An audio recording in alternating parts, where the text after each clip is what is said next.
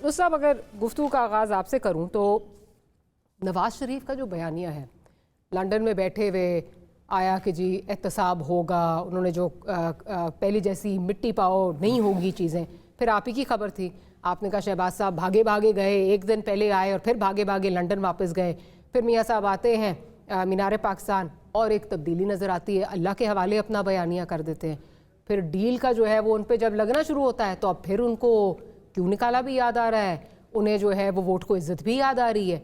ये क्या तजादात क्या है? अरे भाई, क्यों खामखा मरवाना चाह रही हैं? आजकल पाकिस्तान मुस्लिम लीग नून ने भी तहरीक इंसाफ की नक्काली में एक सोशल मीडिया बना लिया है और आप उससे मुस्तफीद हो रहे हैं। अरे बहुत ज़्यादा माशाल्लाह, मोहब्बतों का दरिया बह रहा है और वो कराए के कातिल ऐसे हैं कि मक्खी पे मक्खी बिठाते हैं। बहरहाल, अगर आप वाकई चाहती हैं, अगर किसी बात पे नाराज़ हैं तो भैया खुद गिला कर लेना था, यहाँ सामने क्यों यानी कि बल्दी दे बुत्थे के पा रहे हो। मुख्तसरन मैं आपकी खिदमत में ये अर्ज़ करूँगा, सबसे पहले तो मुझे आपके इंट्रो में आपने जिस बात को कोट तो आपने हकीकतन किया है, लेकिन मुझे आपके रवैये पे दुख हुआ। आपके अंदर भी मुझे बहुत ही एक सख्त मिजाज जो है शख्सियत नजर आई, जिसमें रहम का कोई खाना नहीं। अच्छा।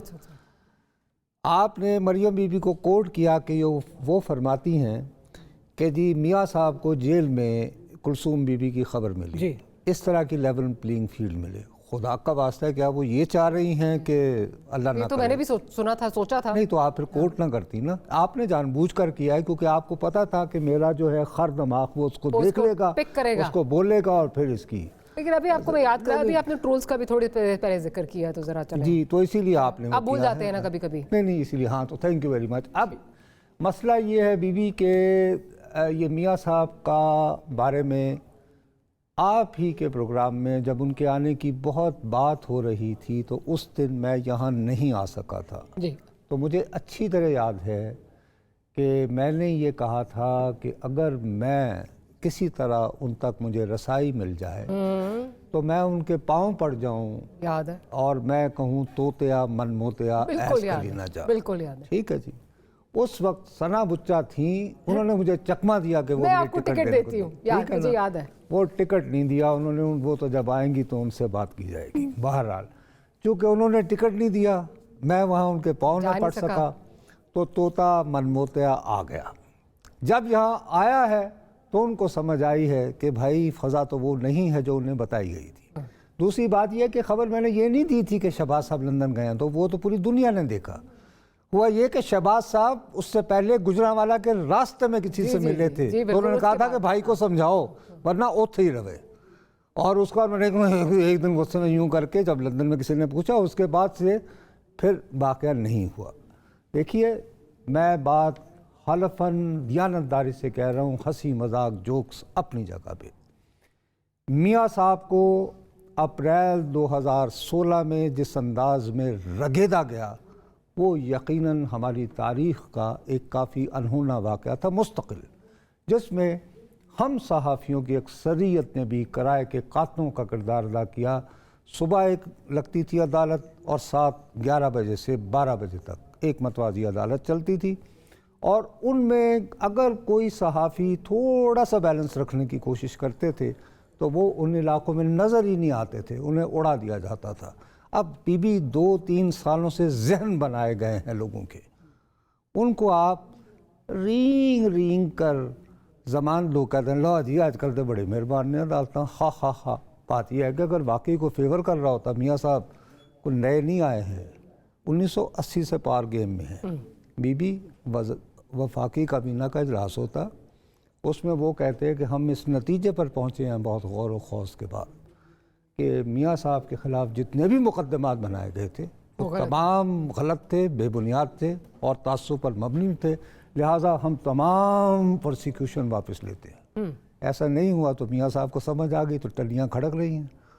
लेकिन अब करें तो क्या करें? उनको ये लग रहा है कि जो पुराना बयानिया था अब वो भी काम नहीं आएगा ना। लोग कह यार फेर ना मुकर जान के थे, वोट को इज्जत दो के बाद हाँ भाजपा को एक्सटेंशन दो, तो फिर लोग कहेंगे यार फेर ना बर्बादन कितने थे भाई जी, है जाने उनका काम जाने। तो इसलिए ज्यादती ये है कि अब उनको वापस अपने मज़ाहमती दौर में भी जाना मुश्किल होगा।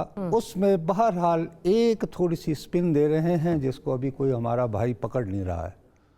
जावेद लतीफ़ नहीं, कल से वो जो एक दोबारा उन्हें याद आ रहा है कि वाजपेयी भी आए थे और मोदी भी आया था और मुझे मोदी का याद आया था और रीजन।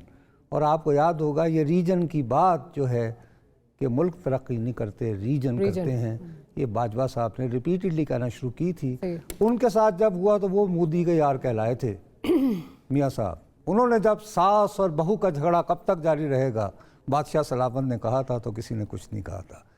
वहाँ ज़रा गेम जो है लग रहा है कि ये पत्ता अच्छा खेल रहे हैं। तो आपको ये लगता है कि कोई system out of the way जाके फैसिलिटेट नहीं कर रहा? जो हमने एक कनेक्शन जो मुझे नज़र आता है, मैं फिर लगारी साहब की तरफ भी चलती हूँ, मियाँ साहब आते हैं, थक गई सारी पॉलिटिकल पार्टीज, डेट दे दो, इलेक्शन कमीशन डेट भी दे देता है।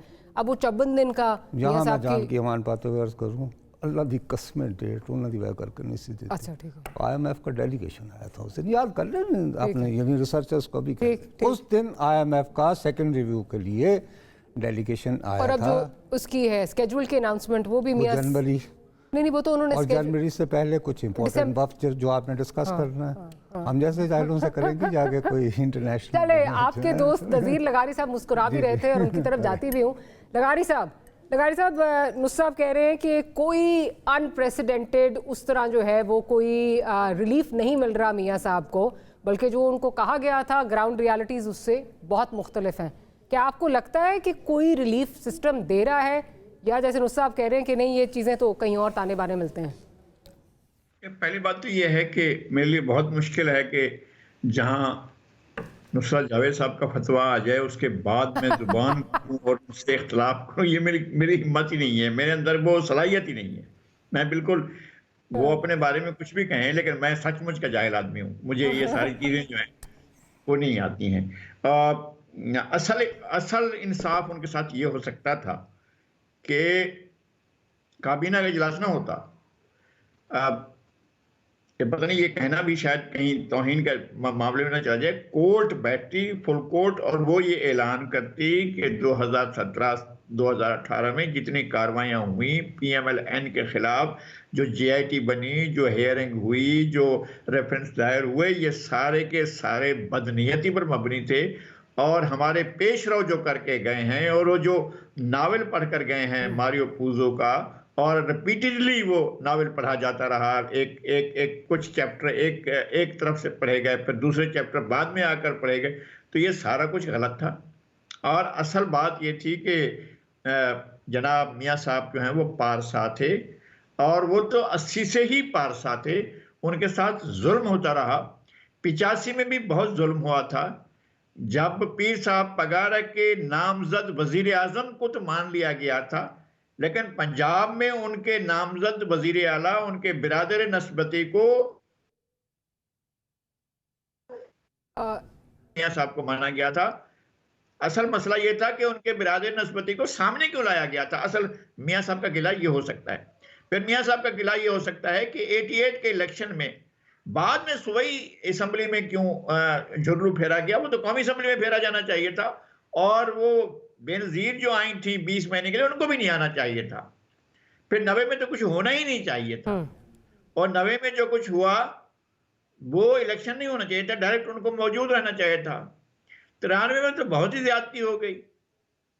इन्होंने बड़ी मेहरबानी करके गुलाम इसहाक खान को लाया और गुलाम इसहाक खान ने ही उनको हटा दिया, और फिर इन्होंने ही नामजद किया था काकर साहब को। काकर साहब के होते हुए इनसे कहा गया कि नहीं आप इस्तीफा दे दो, हालांकि सुप्रीम कोर्ट तो इन बुला कह चुकी थी कि यह है इनका कोई कसूर ही नहीं है और बिल्कुल ठीक है, पाक साफ हैं, शरीफ हैं, तो उसके बावजूद उन्हें हटाया गया। 99 में इन्होंने कुछ किया ही नहीं था। ये तो बेचारे क्रिकेट खेल रहे थे लाहौर के जिमखाना क्लब में, और इनको किसी ने वहां जाकर बताया कि भाई कारगिल में कुछ हो गया है, ये तो उसका हिस्सा ही नहीं थे। अब जब हिस्सा ही नहीं था तो फिर इनको सजा क्यों भुगतनी पड़ी, फिर इनको क्यों कहा गया कि जाएं। और मुझे वो याद भी नहीं आ रहा है कि बिल क्लिंटन क्यों हिचकियां ले रहे थे और बार बार किसी को याद कर रहे थे कि वो क्यों नहीं है। वो जो मिसिंग थी वहां उनको बुलवाया गया और उनकी तस्वीरें बनवाई गई, ये सारा कुछ हुआ था ना।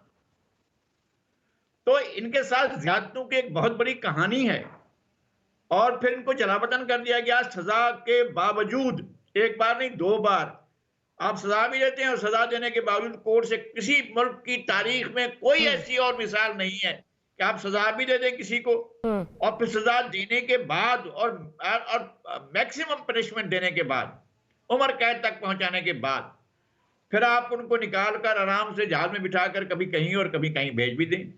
तो ज्यादतियों का भी एक सिलसिला है ना।